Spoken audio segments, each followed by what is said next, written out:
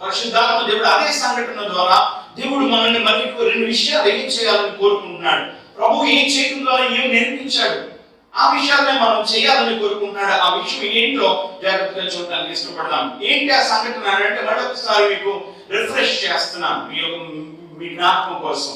యేసు ప్రభు ఆయన తండ్రి దగ్గరికి వెళ్ళిపోతాడు అనే సంగతి ఆయన ఎరిగి, ఇంకా ఆయన కాలం సంపూర్ణం అయిపోతుంది, ఇంకా భూమి మీద ఇంకో కొంతకాలమే ఆయన ఉండాల్సిన పరిస్థితి అని తెలిసి ఆయన ఒక రోజు అందరూ భోజనానికి కూర్చున్నప్పుడు వెంటనే ఆయన ఏం చేశాడో తెలుసా, ఆయన పై వస్త్రాన్ని తీసివేసి ఒక గిన్నెను పట్టుకొని ఆ గిన్నెలో నీళ్లు వేసుకొని ప్రతి ఒక్కరి శిష్యుల యొక్క పాదముల దగ్గర వాళ్ళ దగ్గరికి వెళ్ళి వాళ్ళ పాదములు కడగడం ప్రారంభించాడు. ఆయన పాదములు కడుగుతూ పేతురు దగ్గరికి వెళ్ళినప్పుడు పేతురు ఆయన్ని, ప్రభా నువ్వు నా పాదాలు కడగటం ఏంటి అని చెప్పి వ్యతిరేకించాడు. అయితే ప్రభు ఒక మాట అన్నాడు, ఏంటంటే నేను కడగకపోతే నీకు నాలో పాలు లేదని చెప్పి మాట్లాడాడు. నేను కడగటం ద్వారా నువ్వు పవిత్రుడు అవుతావు, నువ్వు పరిశుద్ధపరచబడతావు అని చెప్పి మరి పేతురుతో మాట్లాడటం జరిగింది. మరి అయిపోయిన తర్వాత యేసు ప్రభు ఆయన వచ్చి లేచి ఆయన తిరిగి ఆయన పై వస్త్రాన్ని వేసుకొని వెళ్ళి కూర్చున్నప్పుడు ఆయన రెండు విషయాలను వారితో చెప్పాడు. ఏంటంటే మీరు నన్ను ప్రభు అంటున్నారు కదా, మీరు నన్ను బోధకుడిని అంటున్నారు కదా, రైట్, మీరు అంటున్నది సరే, నేను ప్రభువుని బోధకుడైన నేను మీ పాదములను కడిగినట్లు మీరేం చేయాలో తెలుసా, మీరు ఒకరి పాదములు ఒకరు కడగాలి అని చెప్పి ఆయన మాట్లాడాడు. ఇంకొక విషయాన్ని ఏం చెప్పాడు, నేను మీకు చేసిన ప్రకారం మీరు చేయవలని మీకు మాదిరిగా ఇలాగ చేస్తానని చెప్పి మాట్లాడాడు. దాసుడు తన యజమాని కంటే గొప్పవాడు కాడు, పంపబడిన వాడు పంపిన వారి కంటే గొప్పవాడు కాడు అని చెప్పి అనే విషయాన్ని కూడా ఆయన వారికి బోధించడం జరిగింది. అయితే దేవుడు ఉదయకాల సమయం పరిశుద్ధాత్మ దేవుడు మనల్ని అవే విషయాలు తెలుసుకోవాలని దేవుడు కోరుకుంటున్నాడు. ఏంటి ప్రభువు చేసింది అని అంటే, ప్రభువు వెళ్ళి వాడు ఒక్కొక్కరి యొక్క పాదాలని కడిగాడు. జాగ్రత్తగా ఆ విషయాన్ని ఆలోచన చేయడానికి ఇష్టపడండి. యేసు ప్రభు వారు ఒక్కొక్కరి పాదాల దగ్గరికి వెళ్ళి వాడు కూర్చున్నప్పుడు ఆయన ఏం చేశాడో తెలుసా, ఆయన వెళ్ళి పాదాలను కడిగాడు. ఒకసారి ఆ సంఘటనను మరొకసారి ఆలోచన చేయండి. ఆలోచన చేసినప్పుడు కడగాలని అంటే మొట్టమొదట ఆ వ్యక్తి ఏం చేయాలి, ప్రభు ఏం చేస్తుంటాడో తెలుసా, ఆయన మొట్టమొదట ఆయన వంగాడు, వాళ్ళ ముందు వంగాడు. ఆయన వంగకుండా నువ్వు ఇంకొక పాదాలని కడగలేదు, నువ్వు వంగకుండా నువ్వు బెండ్ అవ్వకుండా నువ్వు ఇంకొకరి పాదాలను కడగలేవు. ప్రభు కోరుకుంటుంది, ప్రభు ఆశపడుతుంది ఉదయకాల సమయం ఏంటో తెలుసా, నువ్వు బెండ్ అయ్యే స్థితిలో నువ్వు ఉన్నావా, నువ్వు బెండ్ అయ్యే పరిస్థితిలో నువ్వు ఉన్నావా, ఏ పరిస్థితి అయినప్పటికీ కూడా నువ్వే ముందు బెండ్ అవ్వదగిన స్థితిలో ఉన్నావా. ఇంకొక విషయాన్ని జాగ్రత్తగా గమనించి మీకు పరిశుద్ధాత్మ దేవుడు మాట్లాడుతున్న మాట, సజీవులు మాత్రమే బెండ్ అవ్వగలరు, మృతులు ఎందుకు తెలుసా, వాళ్ళు ఫిక్స్ అయిపోతారు, వాళ్ళు రిజిడ్ అయిపోతారు, వాళ్ళ బోన్స్ ఫిక్స్ అయిపోతాయి. బెండ్ మనిషి ఒక బ్రతికున్న మనిషి ఫ్లెక్స్ అయినట్టు బెండ్ అయినట్టు చనిపోయిన వ్యక్తి బెండ్ కాలేదు. ప్రభు ఆయన వాళ్ళ దగ్గరికి వెళ్ళి ఏమయ్యాడు తెలుసా, బెండ్ అయ్యాడు. గమనించండి, ఆయన పరీక్ష రాకముందే అపవాది చెప్పిన మాట ఏంటో తెలుసా, ఆయన సమస్త లోకాన్ని చూపించాడంట, లోకంలో ఉన్న విషయాలన్నిటినీ చూపించాడంట. చూపించి ఏమన్నాడు తెలుసా, నువ్వు నాకు నమస్కారం చేస్తే నేను నీకు సమస్తాన్ని.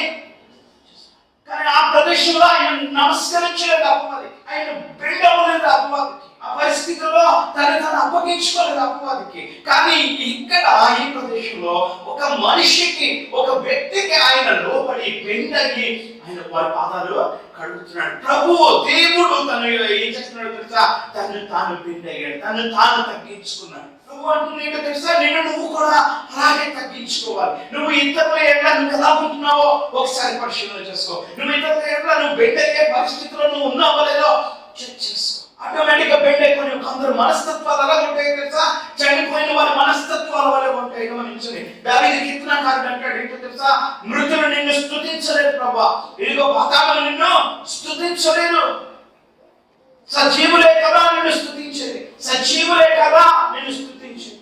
నువ్వు సజీవంగా ఉన్నావని అంటే నువ్వు తెలుసా, నువ్వు బెండ్ అవ్వాలి. కొన్ని పరిస్థితుల్లో మనుషులు బెండ్ అవుతా ఉంటారు, కొన్ని పరిస్థితుల్లో మనుషులు బెండ్ అవుతూ ఉంటారు. శ్రమ వచ్చినప్పుడు, శోధన వచ్చినప్పుడు, పరిస్థితులు బాగోలేనప్పుడు ఎవరి దగ్గరైనా బెండ్ అవడానికి ఇష్టపడతారు.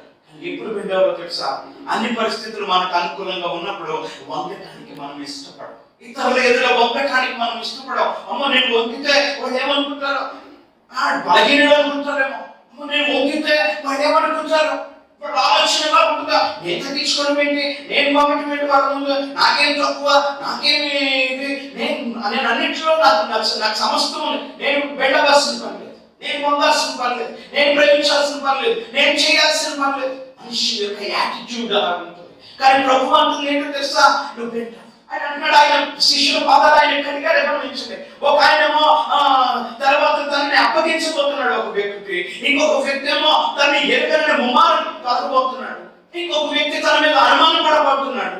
ఒక్కొక్కరు ఒక్కొక్క క్వాలిటీస్ ఉన్నాయి. అందరూ కలిసి పరిచర్యను విడిచిపెట్టి తిరిగి చేపల వేటకు వెళ్ళిపోబోతున్నారు, అపనమ్మకమైన స్థితిలోకి వెళ్ళిపోబోతున్నారు. అలాంటి వారి పాదాలను ఆయన ఏం చేశాడు తెలుసా, ఆయన కడిగాడు. దేవుడు ఆయన తను తాను తగ్గించుకుని వారి పాదాలను కడిగాడు. ఆయన అంటున్నాడు, నేను ప్రభువుని విన్నాను అంటున్నారు కదా, బోధకుడు అని అంటున్నారు కదా, మీరు ఒకరి పాదంలో ఒకరు కడగవలసినదే. నువ్వు కూడా ఒకరి పాదాలు ఒకరు కడగాలని చెప్పి మాట్లాడుతున్నాడు. కడగడం అంటే ప్రతిరోజు నువ్వు వెళ్ళి ఒక్కొక్కరి పాదాలు కడగడం కాదు, నువ్వు తగ్గించుకోవాలని దేవుడు కోరుకుంటున్నాడు. నువ్వు తగ్గించుకోవాల్సిన అవసరం లేదు, అయినా సరే నువ్వు తగ్గించుకోవాలి. ఎందుకో తెలుసా, ప్రభువు తగ్గించుకున్నాడు కనుక నువ్వు కూడా ఆయన చేశాడు కనుక మనల్ని కూడా చేయమని. యేసు ప్రభువులో ఉన్న గొప్పతనం ఏంటో తెలుసా, ఆయన చేసి తాను చేయమని చెప్పాడు. ఆయన చేసి చూపించి అప్పుడు చెప్పాడు. అంతేగాని మీరు కూడా అలా చేసేయండి అని చెప్పలేదు యేసు ప్రభు. యేసు ప్రభు సింపుల్ గా ఒక మెసేజ్ చెప్పినట్లు, కొండ మీద వర్తమానం చెప్పినట్లు ఆయన ఏం చెప్పలేదు, మీరు ఒకరి కాళ్ళు ఒకరు కడగండి, మిమ్మల్ని మీరు తగ్గించుకోండి చెప్పలేదు. ఆయన చేశాడు. మొట్టమొదటి ఆయన చేశాడు కనుక ఆయన ఎక్స్పెక్ట్ చేస్తున్నాడు. ఆయన అంటున్నాడు, మీరు కూడా చేయాలి. గమనించింది, ఉదయకాల సమయం ప్రభు అడుగుతుంది, నేను నీ జీవితంలో అటువంటి తగ్గింపు నీ బ్రతుకులో ఉందా, అటువంటి దీనత్వం నీ బ్రతుకులో ఉందా? పేతురు భక్తుడు అంటున్నాడు, మొదటి పేతురు పత్రిక 5వ అధ్యాయం ఒకసారి జాగ్రత్తగా చూద్దాం. First Peter chapter 5:5. మొదటి పేతురు పత్రిక 5వ అధ్యాయం 5వ వచనం ఒకసారి జాగ్రత్తగా చూద్దాం. చిన్నలారా మీ పెద్దలకు లోబడి ఉండండి, మీరందరూ ఎదుటివాని ఎడల దీన మనస్సు అనే వస్త్రము ధరించుకొని మిమ్మల్ని అలంకరించుకోండి. దేవుడు అహంకారులను ఎదిరించి దీనులకు కృప అనుగ్రహించును. పేతురు భక్తుడు రెండు విషయాలు అపదేశంలో చెప్తున్నాడు. మొట్టమొదటి ఏంటంటున్నాడు తెలుసా, చిన్నలారా పెద్దలకు లోబడి ఉండండి. నీ జీవితంలో లోబడటం ఉందా లేదా చెక్ చేసుకో. చిన్నలారా పెద్దలకు లోబడి ఉండండి. నీకంటే పెద్దవాళ్ళు ఎవరైనా సరే, నేను నా తల్లిదండ్రులకి లోబడతాను, నేను నా పలానా వాడికి లోబడతాను, అది కాదు. చిన్నలారా పెద్దలకు లోబడి ఉండండి. పెద్దవాళ్ళు ఎవరైనా సరే పెద్దవాళ్ళు వాటిని ఏదైనా చెప్పినప్పుడు వెంటనే నువ్వు లోబడటానికి ఇష్టపడు. నీ జీవితంలో లోబడటం, నీ విధేయతను చూపించడానికి ఇష్టపడు. లోబడమంటున్నాడు. రెండవది ఏమంటున్నాడు తెలుసా, మీరందరూ ఎదుటి వారి ఎడల దీన మనస్సు వస్త్రము ధరించుకొని మిమ్మల్ని అలంకరించుకోండి. మనం వీటితో అలంకరించుకుంటున్నాం, గర్వం అనే దానితో అలంకరించుకున్నాం, మనకి ఏమైతే హేయమైనవో వాటితో మనం అలంకరించుకుంటున్నాం. కానీ దేవుని వాక్యం చెప్తుంది, దీన మనస్సును వస్త్రముతో మిమ్మల్ని మీరు అలంకరించుకోవాలి. నేను నా ఇంటికి వెళ్ళండి, నేను వారితో మాట్లాడాడు, అదే నాతో మాట్లాడు, అది కాదు. అది దేవుని యొక్క స్వభావం కాదు, అది క్రీస్తు యొక్క మనస్సు కాదు. ఆయన తన పని కాకపోయినా సరే వాడిని వెళ్ళి ప్రేమించాడు. ఆయన ఊరికి వెళ్ళినప్పుడు ఆయన దాకా ఆయన వెళ్ళిపోతున్నాడు. ఆయన వెళ్ళిపోతున్నప్పుడు ఒక శవం ఎత్తుకుని వాడు తీసుకొని వస్తున్నాడు. ఆ విధవరాల కుమారుడు, ఒకడే కుమారుడు, ఆమెకి ఎవరు లేరు ఇంకా. అది ఆయన తెలుసు. ఆమె వచ్చి ఆయన అడగలేదు, ప్రభా నా కుమారుడు చనిపోయాడు లేపు అని అడగలేదు. బట్ స్టిల్ ఆయన వెళ్ళి ముట్టాడు, ఆ పాటిని ముట్టాడు, ఆయన లేపాడు, తిరిగి తల్లికి అప్పగించాడు. ఎవరు అడగలేదు ఆ ప్రదేశంలో, కానీ అయినా సరే ఆయన పట్టించుకున్నాడు వాడి పరిస్థితిని చూసి. నీ జీవితంలో మనం చాలా సార్లు మనం ఏమనుకుంటాం తెలుసా, వాడు మనం నుంచి అడిగితే మనం చేస్తాం, అడిగితే చేసేది సహాయం అవుతుంది, చూపించేది కాదు, నువ్వు చూపించే ప్రేమ కాదు. గమనించండి, అడగకపోయినా నువ్వు వెళ్ళి సహాయం చేసే స్థితిలోకి నువ్వు వెళ్ళాలి. గమనించండి, ప్రకటించే వారుగా దేవుడు మనం ఉంచట్లేదు. గమనించండి, యేసు ప్రభువారు కనుక చేయకుండా కనుక ఆయన చెప్పుకుంటే, ఆయన యొక్క టీచింగ్ లో ఆయన యొక్క ఏదైతే ప్రకటించాడో దానికి అంత ప్రాముఖ్యత ఉండేది కాదు. కానీ ఆయన చేసిన గొప్ప పని ఏంటంటే, ఆయన ఏం చెప్పాడో అది చేశాడు. ఆయన చేయకుండా ఏది చెప్పలేదు. ప్రభువు కోరుకుంటున్న మనస్సు నువ్వు బ్రతుకులో నువ్వు కలిగి ఉండాలని అంటే ఆయన అంటున్నాడు, నువ్వు కూడా ఏమవ్వాలో తెలుసా, నువ్వు పెంచాలి, నువ్వు వంగాలి, నువ్వు ప్రతి పరిస్థితులు ఇతరులకి నువ్వు వంగాలి. వాళ్ళు నిన్ను ప్రేమించకపోయినా పట్టించుకోకపోయినా అయినా పర్వాలేదు, వాళ్ళు ఒక రోజు నిన్ను పట్టించుకుంటారు, ఒక రోజు నీ సహాయం వాళ్ళు తెలుసుకుంటారు, ఒక రోజు నీ పరిస్థితిని బట్టి వాళ్ళ జీవితంలో మార్పు కలుగుతుంది. గమనించండి, ఆయన అంటున్నాడు, మిమ్మల్ని నేను బోధకుడైన చూడండి నా మాట చూడండి, యోహాను సువార్త 13వ అధ్యాయము 14వ వచనం చూడండి ఒకసారి. కాబట్టి ప్రభువును బోధకుడనైన నేను మీ పాదములు కడిగినట్లా మీరు ఒకరి పాదములను ఒకరు కడగవలసినదే. అది కమాండ్మెంట్. మీరు కడగాలి కంపల్సరీగా. అంటే నువ్వు ఇతరులు తగ్గించుకోవాలి.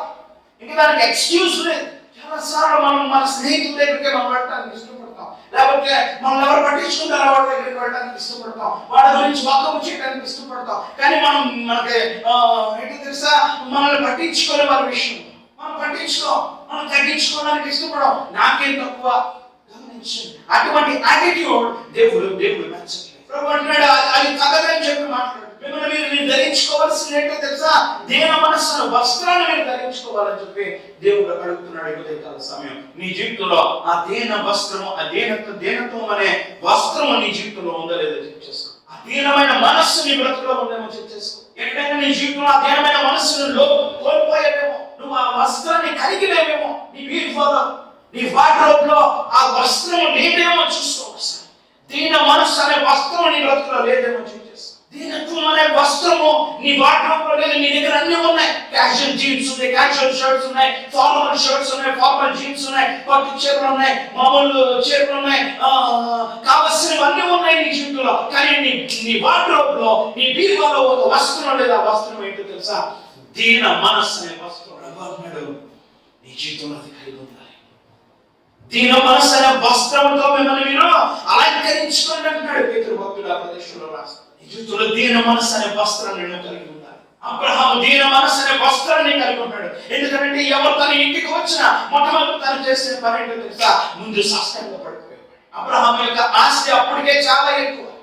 అబ్రహాము దగ్గర పరివారం చాలా మంది ఉండేవారు. లోతు అబ్రహామును విడిపోయినప్పటికీ ఎందుకు విడిపోయారో తెలుసా, కారణం ఏంటో తెలుసా, తన మంద కాపర్లకి లోతు మంద కాపర్లకి ఇద్దరి మధ్య గొడవలు వచ్చాయి. మంద కాపర్లు అంటే ఎంత మంది ఉండకపోతే మంద కాపర్లు, అంత ఆస్తి కలిగిన వ్యక్తి ముగ్గురు మనుషులు తన దగ్గరికి ఎండవేళ వచ్చినప్పుడు వెంటనే తను ఏం చేశాడో తెలుసా, సాష్టాంగపడ్డాడు. అంత ఆస్తి మనకి ఏమన్నా కొనే ఆస్తి కలిగిన ఆ వ్యక్తే.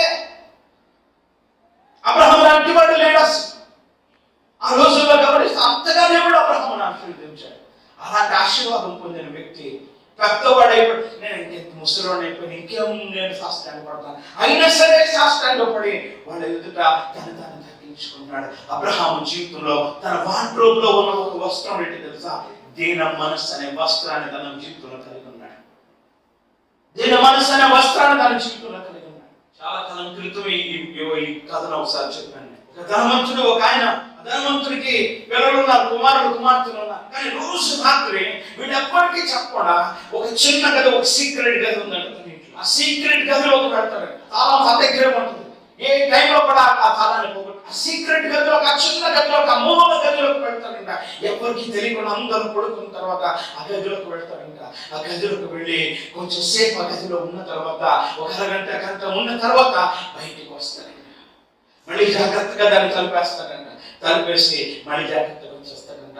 ఒకరోజు కుమార్తెలు గమనించారు, చాలా ఆస్తిపడు. వెంటనే కుమార్తెలు అంటున్నారు, డాడీ ఏదో గుప్తమైనది ఏదో నాన్నగారి దగ్గర ఏదో గుప్తమైనది ఉంది, అందుకనే రోజు రాత్రి వెళ్ళి ఆ ప్రదేశంలోకి వెళ్ళి చూసుకుంటాడు. ఆ తాళాన్ని ఎవరికి ఇవ్వడు, ఆ రూమ్ ని శుభ్రం చేయనప్పుడు, లేకపోతే ఆ రూమ్ లోకి ఎవరిని వెళ్ళినప్పుడు. కొంతకాలం అయిపోయింది, ఈ ధనవంతుడు చనిపోయాడు. చనిపోయిన తర్వాత ఆస్తి పంచుకున్న తర్వాత వాళ్ళకి ఆ తాళం గురించి గుర్తొచ్చింది. ఏముంది అందులో కూడా ఏదో ఉంటుందని చెప్పి అందరూ కూడా పడుకుని మెల్లగా తాళం తీశారు. తాళం తీసి ఆ చిన్న గదిలోకి లోపలికి వెళ్ళేసరికి ఆ చిన్న గదిలో ఏమీ లేదంట. ఒక చిన్న పెట్టె ఉంది. చిన్న పెట్టెలోనే ఓపెన్ చేసి తీసేసరికి అందులో చిరిగిపోయిన బట్టలు ఉన్నాయి. తండ్రి ఏం చేసేవాడు అప్పుడు వాళ్ళకి అర్థమైంది ఏంటో తెలుసా, తను దీన స్థితిలో నుంచి తను పైకి వచ్చినప్పుడు తను ముందు వేసుకున్న బట్టల్ని వెళ్ళి రోజు రాత్రి వెళ్ళి తను ధరించేవాడు. ధరించి తన స్థితిని తాను జ్ఞాపకం చేసుకునేవాడంట. నేను ఇటువంటి స్థితిలో నుంచి నేను పైకి వచ్చాను, అందుకని ఎవరు నా రూమ్లోకి వెళ్ళనించేవాడు. తన దీన స్థితిని తను జ్ఞాపకం చేసుకునేవాడు. పేతురు భక్తుడు అంటున్నాడు, మీరు ఏం ధరించుకోవాలో తెలుసా, దీన మనస్సు అనే వస్త్రాన్ని మీరు ధరించుకోవాలని అని చెప్పి మాట్లాడుతున్నాడు. మీరు ఎదుటి వారు, మీరందరూ అంటున్నాడు అక్కడ, మీరందరూ ఎదుటి వారి ఎడల దీన మనస్సు అనే వస్త్రాన్ని ధరించుకోవాలి. తగ్గింపు అనే వస్త్రాన్ని ధరించుకోవాలి.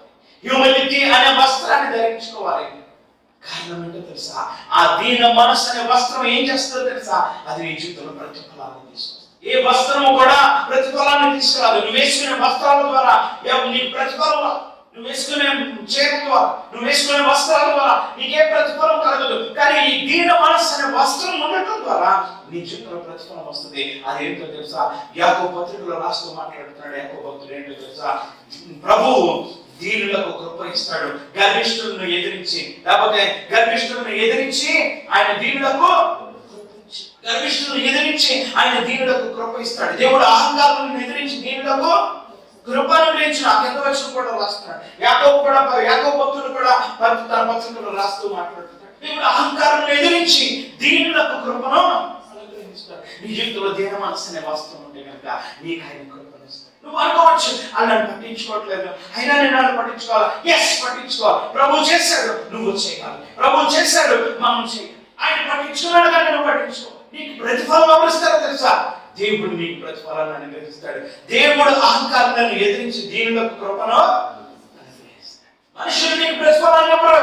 ఆ వస్త్రం ఉండటం ద్వారా మనుషులు నీకు ప్రతిఫలాన్ని ఇవ్వరు. మనుషులు నువ్వు గొప్పదనమేనో, నువ్వు గొప్పవాడమేనో నేను గుర్తించను. దేవుడు నిన్ను గుర్తిస్తాడు. ఆ వస్త్రం ఉండటం దేవుడు మీకు తన కృపను అనుగ్రహిస్తాడు. నేను తగ్గించుకున్నావు పదే పదే ఆయన వాక్యాన్ని బట్టి నేను యేసు ప్రభువు చేసిన ప్రతి పని కూడా వాక్యం సంబంధమైనదై ఉన్నది. గమనించండి, వాక్యాన్ని మించి ఆయన ఏ పని చేయలేదు. లేఖనాన్ని నెరవేర్పు కొరక ఆయన ఆ పనిని చేస్తాడు. ఏ పనైనా చూడండి, యేసు ప్రభువు చేస్తుంది లేఖనాలను నెరవేర్పు కోసమే ఆయన చేస్తాడు. లేఖనంలో రాయబడినట్టే ఆయన చేస్తాడు. లేఖనంలో రాయబడినట్టే ఆయన మాట్లాడాడు. లేఖనం ఆధారం లేకుండా ఆయన ఏ పని చేయలేదు. ఒకవేళ అనుకోవచ్చు, యేసు ప్రభు తన సొంత ఇష్టాన్ని జరిగించాడు, లేదా ఆయన ఆ పనిని చేయలేదు. ఆయన లేఖనం ఆధారముగా ఆయన ఆ పనిని చేశాడు. శిష్యులు వాటిని జ్ఞాపకం చేసుకున్నారు. దేవాలయాన్ని పడగొట్టండి, 3 దినాల్లో నేను కడతాను అన్నప్పుడు ఆయన చనిపోయిన తర్వాత శిష్యులు దాన్ని అర్థం చేసుకున్నారంట. ఆయన ఏ దేవాలయం గురించి మాట్లాడాడో తెలుసా? ఆయన తన దేహం అనే దేవాలయం గురించి మాట్లాడాడు. ఫిజికల్ దేవాలయం గురించి ఆయన మాట్లాడింది లేఖనాల నెరవేర్పు కోసం. పౌలు భక్తుడు పత్రికలో రాస్తూ మాట్లాడతాడు. క్రీస్తు లేఖనముల నెరవేర్పు కొరకు ఆయన శ్రమ పడ్డాడు. ఆయన పునరుత్థానుడయ్యాడు లేఖనాల నెరవేర్పు కోసం. లేఖనాల ఆధారం లేకుండా ఆయన ఏ పని చేయలేదు. నీ జీవితంలో కూడా ఆధారం ఏమవ్వాలో తెలుసా? లేఖనం ఆధారం అవ్వాలి. మన జీవితంలో లేఖనంలో ఏది ఉందో, దేవుని వాక్యంలో ఏం చెప్తుందో దాని ప్రకారం నీ జీవితం, నా జీవితం ఉదయకాల సమయం ఒకవేళ నీ బ్రతుకులో కనుక అతి దీనత్వం లేకపోతే ప్రభు అన్నాడు, నా దగ్గరికి నేను నీకు దీనత్వం ఇస్తాను. ఇదిగో నేను దీన మనస్సు అని చెప్పి మాట్లాడుతున్నాడు. వార్తలో నేను సాత్వికుడను, దీన మనస్సు కలిగిన వాడునని చెప్పి మాట్లాడుతాడు. నీ జీవితంలో దీన మనస్సు కావాలా? ఆయన దగ్గరికి రా, ఆయన వెంబడించు. నా కాడి నెచ్చుకోండి, నా కాడి శిలువ, నా భారము తేలిక. నేను సాత్వికుడను, దీన మనస్సు కలిగిన వాడు అని చెప్పి మాట్లాడుతున్నాడు. ఆయన దీన మనస్సు కలిగిన వాడు. ఆయన దగ్గర వస్త్రం ఉంది, మనం కూడా ఆ వస్త్రాన్ని ధరించుకోవాలని దేవుడు కోరుకుంటున్నాడు. పౌలు భక్తుడు కొలస్సీలకు రాసిన పత్రిక 3వ అధ్యాయం 12వ వచనంలో కొలస్సీ సంఘానికి రాస్తూ మాట్లాడుతున్నాడు. చూడండి, ఆ మాటను చూడండి ఒకసారి. కొలస్సీలకు రాసిన పత్రిక 3వ అధ్యాయం 12వ వచనం. Colossians chapter 3 verse 12. కాక దేవుని చేత ఏర్పరచబడిన వారును పరిశుద్ధులను ప్రియులనునైన వారికి తగినట్లు మీరు జాలిగల మనస్సును దయాళుత్వమును వినయమును సాత్వికమును దీర్ఘశాంతమును ధరించుకోండి. పౌలు అంటున్నాడు, ఇంకొన్ని విషయాలు చెప్తున్నాడు, నువ్వు ధరించుకోవాలి. పేతురు అంటున్నాడు, ముందు దీన మనస్సు ఆ వస్త్రాన్ని నువ్వు ధరించుకో అని చెప్పి మాట్లాడుతున్నాడు. పౌలు భక్తుడు అన్నాడు, మీరు జాలిగల మనస్సు, దయాళుత్వము, వినయము, సాత్వికము, దీర్ఘశాంతమును. తర్వాత మాట్లాడుతున్నాడు, జాలి కలిగిన మనస్సు నీ బ్రతుకులో ఉండాలి. ఇంకా కొన్ని కాస్ట్యూమ్స్ చెప్తున్నాడు. జాలి కలిగిన మనస్సు అనే షర్ట్ ఉండాలి నీ దగ్గర, దయాళుత్వం అనే ప్యాంట్ ఉండాలి నీ దగ్గర, వినయం అనే బ్లేజర్ ఉండాలి నీ దగ్గర. ఇలా ఉండాల్సిన మాటలు చెప్తున్నాడు ఆ ప్రదేశంలో. మీరు ధరించుకోండి అని చెప్పి మాట్లాడుతున్నాడు. ఇట్టి గుణాలను మీరు ధరించుకోండి, మీ జీవితంలో ఉండాలని చెప్పి మాట్లాడుతున్నాడు. మరొక చోట గలతీయులకు రాసిన పత్రిక 5వ అధ్యాయము 13వ వచనం ఒకసారి చూడండి. Galatians chapter 5 verse 13. గలతీయులకు రాసిన పత్రిక 5వ అధ్యాయం 13వ వచనం. సహోదరులారా మీరు స్వతంత్రులుగా ఉండుటకు పిలువబడితిరి. అయితే ఒక మాట, ఆ స్వాతంత్రమును శారీరక క్రియలతో హేతువు చేసుకొనక ప్రేమ కలిగిన వారే ఒకరికొకడు దాసులై ఉండుడి. మీ స్వాతంత్రము శరీర కార్యాలను చేయడానికి హేతువు చేసుకో. మీ స్వాతంత్రాన్ని శరీర కార్యాలను చేయడానికి వినియోగించొద్దు. కానీ దేనికి వినియోగించాలో తెలుసా? ప్రేమ కలిగిన వాడై ఒకరికొకడు దాసులై ఉండండి. అట్టి స్వాతంత్రం. మీ స్వాతంత్రం శరీర కార్యాలను చేయడానికి కాదు. శరీర కార్యాలను చేయడానికి దేవుడు మీకు స్వాతంత్రాన్ని అనుగ్రహించలేదు. దేవుడు మీకు దేనికోసం ఇచ్చాడో తెలుసా? మీరు దేవునికి దాసులై ఉండాలి. పేతురు భక్తుడు అదే మాటను చెప్తాడు. చూడండి ఒకసారి. మొదటి పేతురు పత్రిక 2వ అధ్యాయము 16వ వచనం ఒకసారి చూద్దాం. మొదటి పేతురు పత్రిక 2వ అధ్యాయం 16వ వచనం. స్వతంత్రులై ఉండి దుష్టత్వమును కప్పిపెట్టుటకు మీ స్వాతంత్రమును వినియోగపరచుట దేవునికి దాసులమని లోబడి ఉండండి. నీ స్వాతంత్రాన్ని దేనికి ఉపయోగించాలో తెలుసా? దేవునికి నేను దాసుడనని నువ్వు దేవునికి లోబడి ఉండాలి. పౌలు భక్తుడు అంటున్నాడు, మీరు ప్రేమ కలిగిన వారై ఒకరికొకడు దాసులై ఉండండి. మీ స్వాతంత్రం దేనికోసం వినియోగించుకోవడం తెలుసా?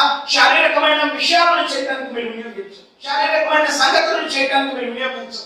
శరీర విషయాలను బట్టి మీ స్వాతంత్రాన్ని వినియోగించు. అంతేకాని మీరు దేనికోసం వినియోగించాలో తెలుసా? దేవునికి దాసులై ఉండటానికి వినియోగించాలి. ప్రేమ కలిగి ఒకరికొకడు దాసులై ఉండటానికి మీరు వినియోగించాలని చెప్పి పౌలు భక్తుడు ఆ ప్రదేశంలో రాస్తున్నాడు. సో ప్రభు కోరుకుంటున్నాడు తెలుసా? మీరు ఒకరినొకరు మీరు తగ్గించుకోవాలి. మీరు ఒకరి పాదాలు ఒకరు కడగవలసిన వారే చెప్పి మాట్లాడుతున్నాడు. ప్రభునైన నేను ఆ పనిని చేసినప్పుడు మీరు కూడా ఆ పనిని చేయవలసిన. ఒకరినొకరు మనం పట్టించుకోవాలి. ఒకరికంటే ఒకరిని యోగ్యుడిగా ఎంచుకోవాలని పౌలు భక్తుడు